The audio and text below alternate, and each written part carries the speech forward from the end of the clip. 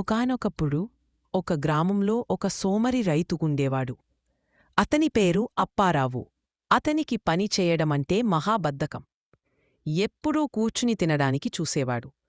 ఒకరోజు అతని భార్య విసిగిపోయి, ఏవండీ, ఎప్పుడూ ఇంట్లోనే కూర్చుంటారు, బలమసారి పని, బలమసారి పని అనికి నడిచాడు.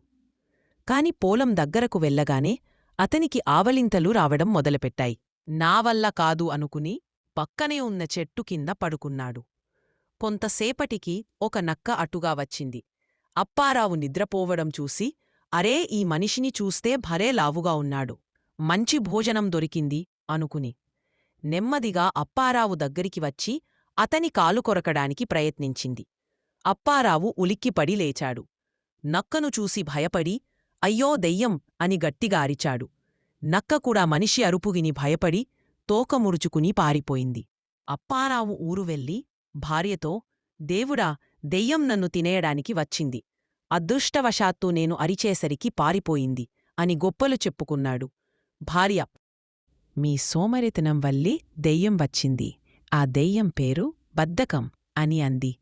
అప్పారావు మొహం చిన్నబుచ్చుకున్నాడు. ఈ కథ మీకు నచ్చిందని ఆశిస్తున్నాను. Please like and subscribe.